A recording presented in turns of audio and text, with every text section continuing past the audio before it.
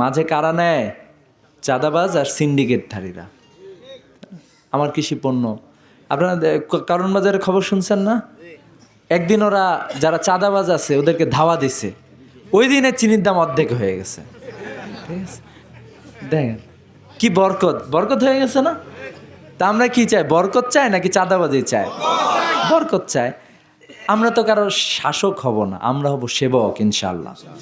আমরা সবাই মিলে, আপনার কোনো দরকার নাই তো আমার কাছে আসার। আমি যদি, আপনি কোনো একটা অপরাধ, কোনো একটা অন্যায়ের শিকার হয়েছেন, রাজনৈতিক নেতার কাছে যাওয়ার কোনো দরকার আছে? এমন সিস্টেম থাকবে যে আপনি সরাসরি আপনার বিচারটা আপনি পাবেন, তাই না? এরকম একটা সিস্টেমই তো আমরা চাই, একটা সুন্দর সমাজ তো আমরা চাই।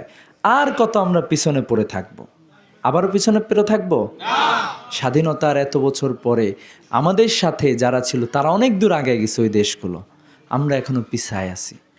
আমাদের উন্নয়ন ঠিকঠাক মতো হয় নাই। তো এই উন্নয়নের সুযোগটা আমাদের তৈরি হয়েছে। কৃষির যে জায়গাটা, এই জায়গায় আজকেও দেখলাম একটু আগে ম্যানিফেস্টোতে ঘোষণা করা হয়েছে যে কৃষির জন্য এমনভাবে এই যে উৎপাদন খরচটা কমায়, কৃষকরা যাতে দাম পায় এই ব্যবস্থা করা হবে। এবং শুধু তাই না, বাংলাদেশের যে আমরা এত মানুষ কৃষিকাজ করি কিন্তু বাংলাদেশে এখনও খাদ্যে স্বয়ংসম্পূর্ণ না।